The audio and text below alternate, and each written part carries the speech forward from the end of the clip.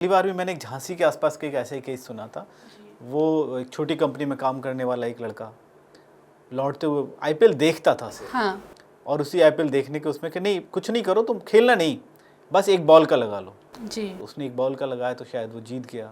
फिर ऐसे ही लालच बढ़ता चला गया और फिर एक बार ये हुआ कि उसने अपने घर के गहने तक इसी सब चीज़ों में निकाल दिए। तो ये इसलिए हम कह रहे थे कि बहुत गंभीर मुद्दा है, बड़ा सीरियस मुद्दा है, हर परिवार से जुड़ा हुआ मुद्दा है, क्योंकि और क्रिकेट का दौर है। बहुत अपने देश में तो तमाम लोग क्रिकेट प्रेमी हैं, बच्चे भी, सब लोग देखते हैं, मतलब घर परिवार में।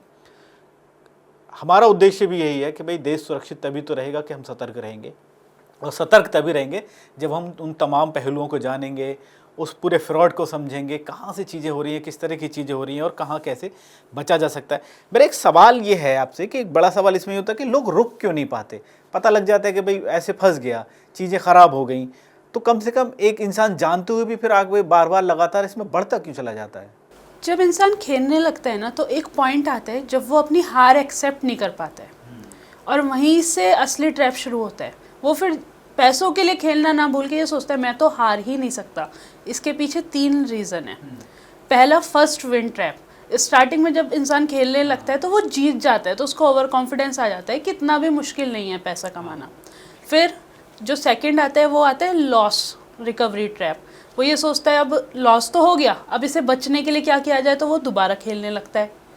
थर्ड आता है जब वो स्ट्रेस में होता है, उसका इमोशनल ब्रेकडाउन चल रहा होता है, इमोशनल एस्केप ट्रैप। अब क्या हुआ, ईएमआई रुक गई, लोन है, पैसों की ज़रूरत अर्जेंट है, अब अर्जेंटली इतना पैसा कहाँ से कमाया जाए, फैमिली से प्रेशर आ रहा है, कर्जदार खड़े हैं, तो फिर कहाँ से कमाया जाए। फिर उसका माइंड जाता है ये इसी से पैसा रिकवर हो सकता है, यहीं पे कमाया जाएगा। तो एक कहते हैं ना, एक फेक सहारा, तो वो अपने सारे इमोशंस को साइड में रखता है, कहता है मैं एक बार और ट्राई करता हूँ, यहाँ पे क्या पता मैं जीत जाऊँ, मैं कर्जे से मुक्त हो जाऊँ, ये सारी चीज़ें एक बार और खोल लेता हूँ।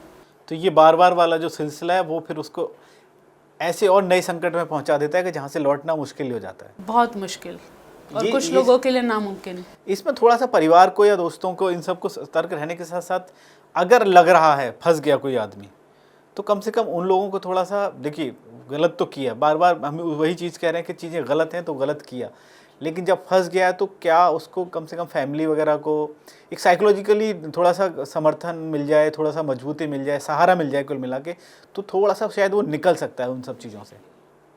यही सब चीज़ें होती है। लेकिन बात यही है कि जो ये बैटिंग ऐप है, टेलीग्राम्स ऐप हैं, इन सब में जब लोग जोड़ लिए जा रहे हैं जी, तो समझना ये है कि चल कहाँ से रहा है। कोई एक आदमी तो इसको चला नहीं रहा होगा कि भाई अचानक मैंने भी देखा ऑनलाइन पे हो गया या मैंने शुरू कर दिया। तो कोई ग्रुप है, किस तरह से लोगों को फंसाया जाता है, किस तरह से पूरा ग्रुप चलता होगा कि भाई अब टेलीग्राम, आप ऑनलाइन तो जुड़ रहे हैं लेकिन एक ग्रुप्स बने हुए टेलीग्राम के जरिए भी आपको जोड़ा जा रहा है, फंसाया जा रहा है। तो ये फंसाते कैसे होंगे लोगों को, क्या किस तरह का जाल बिछाते होंगे? ये एक तरीके से कहा जाए तो ऑर्गेनाइज्ड क्राइम का बिजनेस मॉडल है। इसमें क्या होता है, सिस्टम आपको जीतने नहीं देगा, लेकिन वो मेक श्योर करता है कि सामने वाला इसका एडिक्ट बन जाए। वो निकलने भी नहीं देंगे। वो चाहते हैं कि सामने वाला इसे खेलते रहे। तो होता है ना कि हर 4-5 हार के बाद जब उसने छोटा अमाउंट लगाया तब जीत गया। जैसे स्टार्टिंग होती है 10,000, 20,000, 30,000, जीतता गया। जब वो एकदम बड़ा पैसा लगा देता है तो वो हार जाता है। और इसकी जो सिस्टम काम कैसे करता है कि फेक एप्लीकेशंस बना दी, फिर टेलीग्राम ग्रुप्स बना दिए, इन्फ्लुएंसर्स को ले आए, लोन का ट्रैप दे दिया। अब जब से एआई आया है, अब पिछले साल की बात करें, जब से ये सारी चीज़ें इलीगल ऑफिशियली बैन नहीं हुई थी, इवन बैन होने के बाद भी लोग इसे खेल रहे हैं, वो बात हम आगे करेंगे। लेकिन एआई के थ्रू आप देखेंगे बड़े बड़े सेलिब्रिटीज़ का वो लोग फेस उठा लेते थे। एंड रियल में भी जब कुछ ऐसे एंटरटेनमेंट प्लेटफॉर्म है जिसमें हमने देखा था कि खुद क्रिकेटर्स ऐसी चीज़ों को प्रमोट कर रहे हैं। हाँ, ये सबसे बड़ा दुर्भाग्य है हमारा। तो वहीं से वो चीज़ें ख़राब होती हैं। और अब जब से ये बैन हुआ है तो एआई के थ्रू वो क्या करते हैं, वॉइस उठा लिया किसी बड़े एक्टर का या फेमस पर्सनैलिटी का या बड़े बिजनेसमैन का भी हमने देखा है। हमारे इंडिया के टॉप नॉच बिजनेसमैन के भी एड्स आते हैं अगर हम ऐसे ग्रुप में जुड़ जाएं कि इस पर पैसा लगाइए, इतने से इतना बनाइए, sure money, win win money. तो वहाँ से वो लोग ट्रस्ट जीतते हैं। टेलीग्राम एप्लीकेशंस पे फर्जी स्क्रीनशॉट भेज देंगे, और फिर जब आपका बैलेंस कम होने लगेगा तो फेक लोन एप्लीकेशन। तो एक कहते हैं ना कि पूरी चारों जगह से फंसा देने वाला काम है। शुरू में आपको पैसा दिया, खिलाया, हाँ। फिर आप जब कर्ज में फंसते रहे, धीरे धीरे सारी चीज़ें होती रह गई, फिर वो एक लोन वाला भी आपने जो एंगल बताया, ये भी बड़ा खतरनाक हो गया, तो आपको डबल कर्जे में फंसा रहा है। डबल कर्जे में फंसा लेता है, इंटरेस्ट रेट इतने हाई होते हैं और फिर घर आने की धमकी, कर्जदार बाहर खड़े रहते हैं।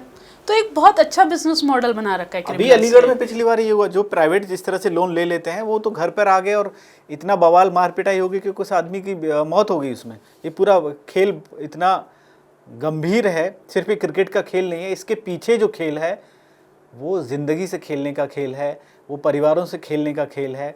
आप समझ लीजिए आपको किस किस गहराई में ले जाने के लिए वो गेम है।